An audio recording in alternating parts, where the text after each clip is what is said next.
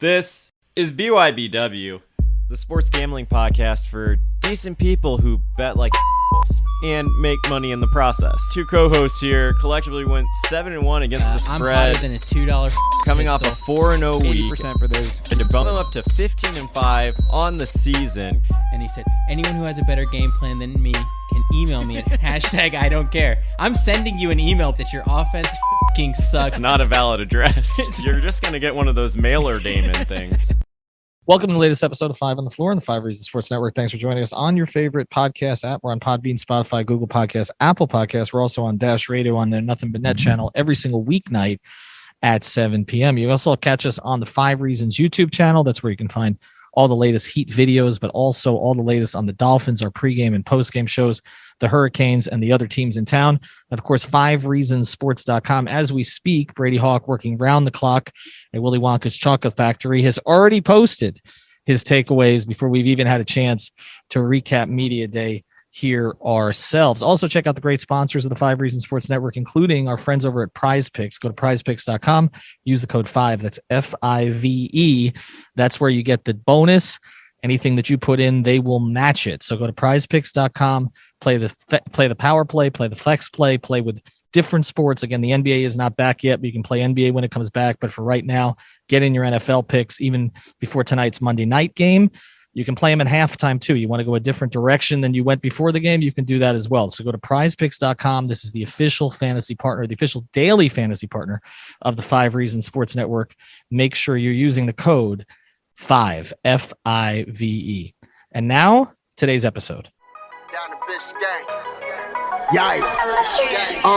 5 on the floor, ride for my dogs. Where here's the thing, you can check the score. Hustle hard, couple scars, wearing rubber frauds. Just like Butler said, you in trouble, y'all. Kept the floor playing, got it all banned. Y'all seen the block, stop with one hand. And Pat we trust, it's power, have the guts. We're here to bring the heat, y'all can hang it up. Welcome to Five on the Floor, a daily insider show on the Miami Heat and the NBA, featuring Ethan Skolnick, Greg Sylvander, and Alex Toledo, plus others from the Five Reasons Sports Network. All right, Ethan Skolnick back on Five on the Floor. We're here at the Miami Heat's practice court. I haven't been up here in a couple of years. It feels strange, like the world ended, and then we came back. I'm here with Alex Toledo. Today's floor plan, we're going to recap Media Day, or at least we're going to start to do that. We'll bring in Greg Sylvander as the week goes on and kind of get into some of the topics that came up today. But as we speak, it's about 2:45 p.m. Eastern. Most of the players have finished up here. We waited until the last of the players did their group interviews. The day started in the interview room where I was, where essentially Eric Spoelstra spoke, then Bam Adebayo, Kyle Lowry, and Jimmy Butler, who kind of busted into Kyle Lowry's press conference. The three of them spoke there. The other players have come up here to the practice court. That's why you still hear a little buzz behind you. There's other reporters up here, but kind of a hybrid media day, not as crazy and crowded as the old ones, but at least unlike last year, there's something because we didn't have anything last year. We're kind of halfway back to normal, and I think it's going to feel like that all season. But what Alex and I are going to do today is we're going to go over our key takeaways. Obviously, Jimmy said some things. Bam said some things we want to get into. Tyler said some things. Duncan Robinson said some things about the contract. Dwayne Dedman played around with the reporters. But to me, the single biggest takeaway, because this is what takes this team from a competitive team, a potential contending team, to a real threat in the Eastern Conference, is the last guy we got to speak to, Alex, up here in the group. And the most introspective person today, I thought, was Victor Oladipo. And you should catch some of that sound. We're going to put it, we've already put some on Twitter. We're going to put it on the YouTube channel. But essentially, he talked about the struggle mentally of trying to come back. He did not give a timetable per se, but he kept saying he feels like he's back to normalcy. And he kind of acknowledged without saying it that this time the recovery process is being helped by the fact that the surgery was done correctly. He certainly gave off that impression. But to me, Alex, he's the guy. I mean, you look at talent. We'll see if Kyrie ends up ever playing for the Nets, at least in Brooklyn. But you look at talent, they can't match, I don't think, the Nets' talent. Milwaukee's coming off a championship. We know what the Lakers are going to be. We know what Denver could be. This team is kind of, we've talked about it, kind of not a second-tier team, but kind of in that second group of teams. If they get a healthy Victor Oladipo back, that changes the equation this year. To me, that is the single. Kyle Lowry was fun. We'll talk about it. All the rest. That's the single biggest thing I took away from today.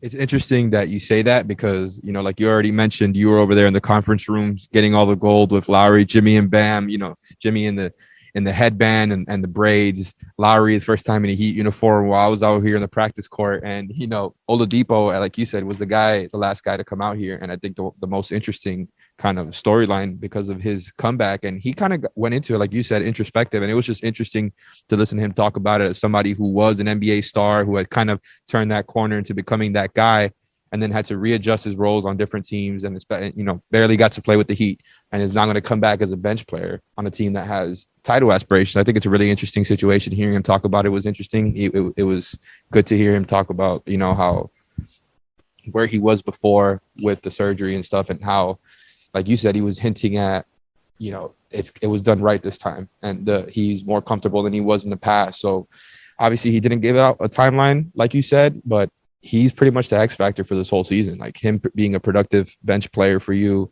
is something that's probably going to get him. Like, if you talked about tiers, if they really want to get into that first tier, he's probably the whole X factor.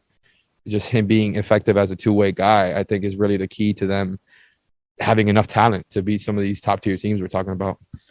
Well, you always get a sense of a team on media day, okay? Because kind of this is how I figured this out, and I've probably done about, I don't know, almost 20 of these at this point, okay? But the way you sort of figure it out is, it's like, who are you still waiting for to talk to? That's a good gauge of how good a team is. If a team's not very good, you come into a season, it's like there's one or two stars, and that's it. Okay, a couple of guys that they're trying to sell you on, maybe a reclamation project, maybe a young player that they like. And then there's the teams that are loaded. Okay, you come in here during the Big Three era. Oh, we're waiting on LeBron. We're waiting on Dwayne. We're waiting on Bosh. Then we're waiting on like premium role players like Battier and Miller. Oh, and future Hall of Famer Ray Allen. Okay, and all those guys. And you're waiting for these to come out. And like Udonis in his semi prime is like your eighth guy that you're waiting to talk to. And then there's this team where I wanted to get a sense as you're waiting. Okay, how many guys you're waiting on? Like, how many guys on this team do you project big things for? Well, we had 3 guys to talk to downstairs. Okay, and they only made it available to, you know, a handful of us at first, because again, they're trying to limit things for COVID, and then they kind of had an issue with the Zoom calls. So we got in. There really weren't a lot of questions of Jimmy, but with Bam, with Kyle, and with Jimmy, it's like you have 3 legitimate linchpins on this team. Not every Heat team has had that. Okay. I mean, again, we're spoiled because of the Big Three, but not every Heat team has had that. Yeah. Back with the way begone days. Okay. There's Tim and there's Zoe, and okay, you see Mash, and then but then you come up here and it's like, okay, we're still waiting on Duncan. We're still waiting on Tyler. We're still okay. And then you're waiting on Vic. Okay. And so I think, to me, this team, and this is what we've talked about a lot, and we'll get into some of Spoelstra's comments. This team is a good team on paper. It's not an elite team on paper, but it's definitely a good team. But that is why the Vic thing strikes me, because when you start to envision this team with Victor Oladipo semi-close to where he was, and you talk about him saying today, and to me the key quote was, I want to be one of the greatest all-time comeback stories. He's not rock bottom, but you can see it from here, right? I mean, you go from being an all-star to being a guy who has to sign a minimum contract, not a mid-level, a 1-year minimum contract. And he talked about having unfinished business here and how he thinks they can do great things. But let's be straight. If there were real offers out there for Victor Oladipo, because there was trust in his health situation, he wouldn't be here. But he changes the whole thing, because other things we noticed, and we'll talk about some of these, we'll go quickly through them.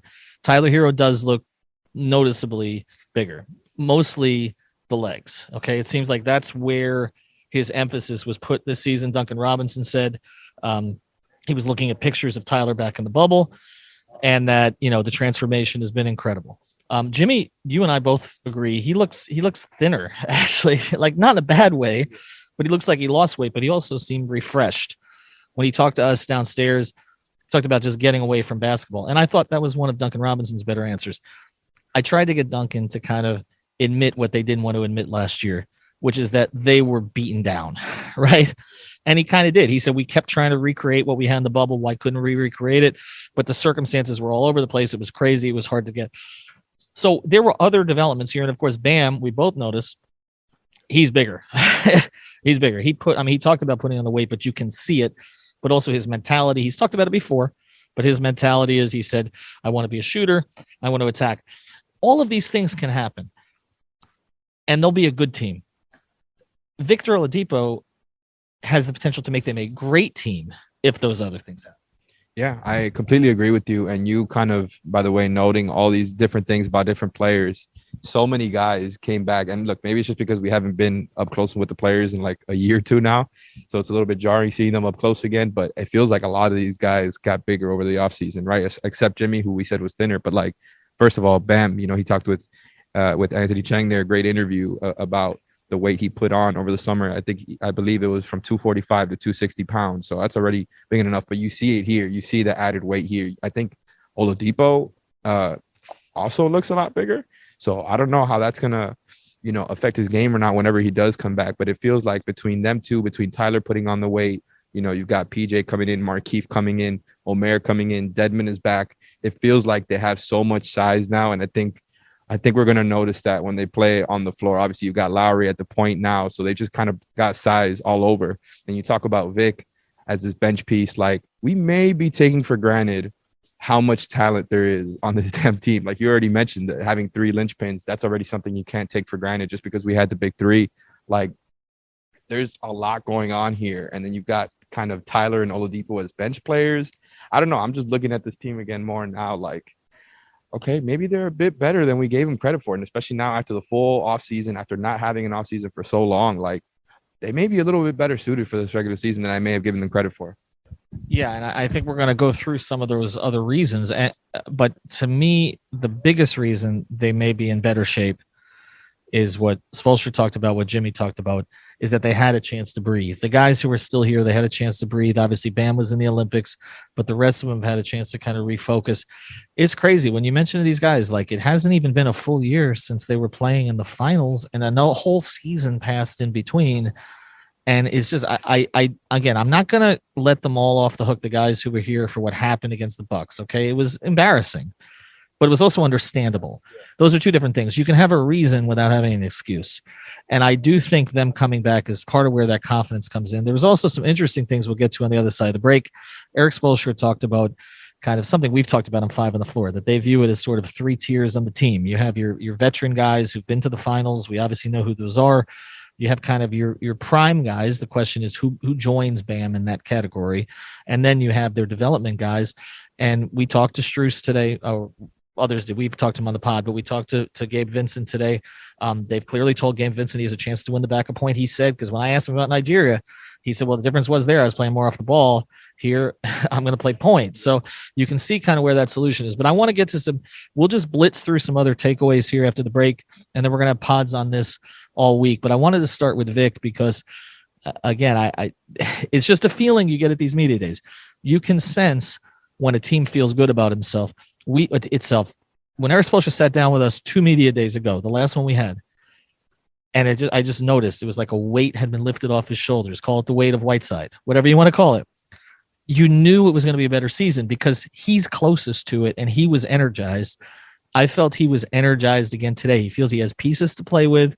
He's got a roster of dogs or guys they've developed who are beholden to them, or guys like Victor Oladipo who have something to prove financially, physically, and all the rest of it. So we'll get into all of that after the break. Before we do, if you want to recover, go to therapistpreferred.com. That's a CBD company founded in 2019 by a physical therapist to maximize performance and recovery for active people. 100% THC free and third-party lab verified. All the products made in the U.S. with cutting-edge technology from organically grown hemp. The most popular products, the CBD sports cream, the strawberry lemonade gummies, which I just reordered, the green apple gummies, the tincture. You can get all of them there at therapistpreferred.com. Use the code 5reasons. That's the number 5 reasons for 25% off your order. Again, it's therapistpreferred.com for all your CBD. Use the code 5 reasons. All right, let's get to some of this other stuff here as we go. Just some quick takes, and then I'll let you get to some of yours, and then we're going to dive into some of these. PJ Tucker, it stands out when he's here. He's a tank. A lot of talk with him about corner threes. Obviously, how he's going to pair with Bam, but he's talked about playing with Bam before, and that's going to be helpful. Markieff Morris saying he always knew he would be here. He kind of hinted that he was going to be here maybe last year and didn't end up here. Of course, we know, and our Adam Barayas reported this, that his brother was almost here. But I thought, again, both of those guys, it's funny, they're sort of low talkers. We had a little trouble, and some of these videos you guys hear this year are going to be tougher to hear because we're at a distance and we're in masks. Okay. And some of the tougher guys in this team, they're like, speak softly and carry a big stick types. Kyle Lowry, I thought that the biggest thing that Jimmy said, when we've talked about this, but that Kyle will allow Bam to be Bam.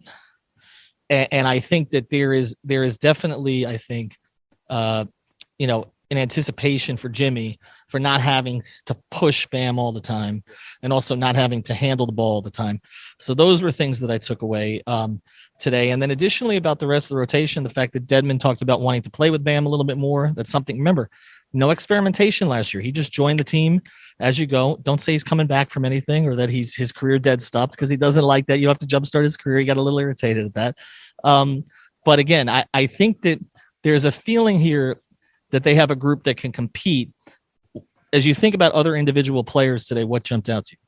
Well, listen, just from the Lowry perspective, that's the most important thing. Obviously, he was the biggest acquisition, and I couldn't agree more. Like, I really do think he's just going to make things easier on everybody. It was good to hear him talk from the videos I saw as far as him being excited to make other guys better, because that's really what it's about, right? Like, Lowry's going to be probably the third best player, but he makes everybody's job easier on the court, whether it's the stars, Spo, that the lower level players, whoever it is, he makes everybody's job easier because of what he brings on both ends, just kind of alleviating a bunch of different things for a bunch of different players. So that's first and foremost, what you got to be most excited about.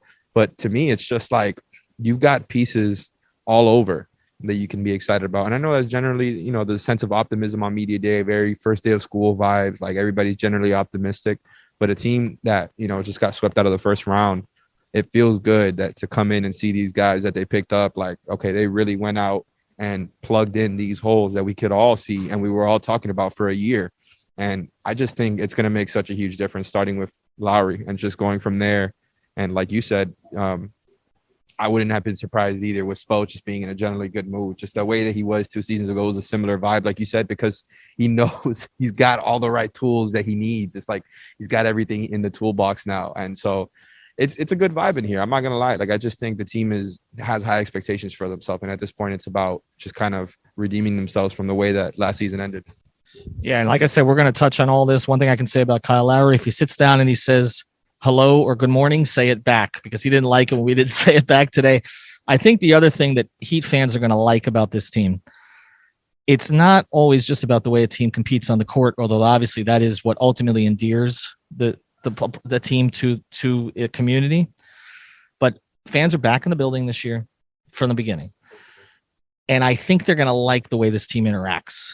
That is always a big thing. When people talk about their favorite teams, Heat teams, it's because of the way that those teams interact with each other and with the fans. They have a personality, right? The big three, as great as they were, they had a personality. Chris Bosh had a lot to do with that for lightening the mood, but the video bombs and all that kind of stuff. Well, you could already see it today, okay? The moment that I'll remember off this media day is always one, is that Jimmy couldn't wait for Kyle to finish. Okay. He was already clowning him from the very beginning. Kyle goes in and Jimmy in the braids is waiting outside. He's supposed to wait outside in the little conference room. Jimmy doesn't usually like doing those media things, but he was there early, okay, to watch Kyle. And then he tried to get a big face coffee cup on there. Okay. I think that's what it was. I'm pretty sure in front of Kyle. And Kyle was mocking him. In fact, Kyle was like the braids. You can already see their interaction, their friendship that they've developed, which is a clowning friendship. Fans are going to like that. And Bam's a clown too. Okay. And so I think you have somebody else to loosen up that locker room too. I think that's huge. I'm glad you hit on that. I think that's huge. I think what we saw last year was a team that, and it's no disrespect to Goran, who we all love, and I think had that effect too in the locker room, or to some of the older vets like an Iguodala or whatever, or then Ariza coming in. It's no disrespect to any of these guys, but that team felt stale. There are always Heat teams that it's like a year too long. And especially they were trying to recreate something that was pretty much impossible to recreate. And Duncan, I thought, hit on that perfectly. He just said, we kept trying but they were with each other all the time in the bubble. And then all of a sudden you come out of that with the weight of expectations, no time off, you're back, and it's just nothing is normal still. You got testing every day, all the rest of this stuff. Now everybody split up. And right, exactly. And they split up and they go back to their families. And it's just a weird sensation, I think. And I just don't think they ever got to their best basketball last year. Well, now I think they have a chance to, but they have better components to do it. And I think, we're going to talk a lot about Kyle Lowry in the next pod, but the one question I asked Kyle was, did you think you would be playing at a high level of 35? And he said, if you told me I could take 15 years, I would have taken it. But he also said, I plan on playing at a high level for a long time to come. He feels like a young 35 to me. He doesn't feel, we've had some 35-year-olds who've come down here who feel like they're broken by the weight of years, right? He feels like a young 35. I mean, I agree. I think Lowry just has a general buoyancy about him the way that he is. Obviously, like I said, I wasn't in that conference room. He did get to, strut in here while Jimmy was doing media stuff. And you could tell just from afar, they like playing off of each other. They have that already, that friendship, like you said, that they had been developed over the years. And like I said, I think it's going to help loosen up the locker room. And Tyler also, I think, brought up a good point when he was doing the media availability there. Like, obviously, we talk about the short turnaround and not having the offseason. And now Tyler's come back looking bigger, and he's obviously a father now, so things have changed. But I just think in general, having all this time off, getting the revamped roster, obviously bringing in more talent, it's pretty much all optimism right now in this building, right? Whether it's for me or from anybody else here, it just feels like everything's kind of going the right way. And I don't know. I just think these factors that obviously are unprecedented when it comes to the NBA, like the shift from having to go to the bubble to last season, 2 seasons in one, all of that stuff is just a lot of unintended consequences and stuff that affects a team. And so I just think they've come back from that nicely, even though I think we maybe expected a little bit more revamping, maybe a little bit more. They've still got 5-6 new guys. So it's not nothing. Yeah, it's not. And it's what Eric said during his presser. And we'll cover this more. I keep saying that, but we got a lot to get to this week. It's what Eric said during his presser. He said Andy and Pat did a good job of reshaping this, I think, in Eric Spoelstra's vision. And so, we talk about bigs or smalls or this or that, and that does matter. It does matter the types of players you can play at certain positions, and there may be guys who may not be suited to a certain position that they may try to force. We'll see what Morris looks like at the 5 if they do, and all the rest of this. But I think the biggest way that they wanted to reshape this thing in Eric's vision is he wanted dogs. He wanted guys, and he kept saying this during his presser. He said, competing for a championship is hard. He's not talking about the regular season. He's talking about the first round, the second round, the third round, and beyond. That's what this organization thinks about. And I don't think they felt they had enough guys, especially, into that second year with this group, that could do that anymore. Now you add a Tucker, you add a Morris, you add a Lowry, you have 3 guys who can do that. If you get a pop from a Strus, if you get a pop from Yurtsevin, who I think that's an interesting story here, if you get a pop from a Vincent, maybe into a playable backup point guard. But mostly, if you get a pop from former All-Star Victor Oladipo, this team looks totally, totally different. All right, we're going to get to more of this during the week. We do want to welcome back a sponsor here, Biscayne Bay Brewing. Make sure you get one. We appreciate them sticking with us here at 5 Reasons Sports. Get a Tropical Bay IPA, Marlins Lager, Miami Pale Ale, and also check it out at the arena. They're going to have much bigger presence at the arena this year, okay, because they were so popular last year. The Tropical Bay IPA was outselling everything else. So get out here when you get to the arena. Try Biscayne Bay Brew, the official brewery of the 5 Reasons Sports Network and the only independent brewery in South Florida. And pretty soon, with a tap house down the street, where we're going to have watch parties. We'll be back with more episodes during the week. Thank you for listening to the 5 on the Floor on the 5 Reasons Sports Network.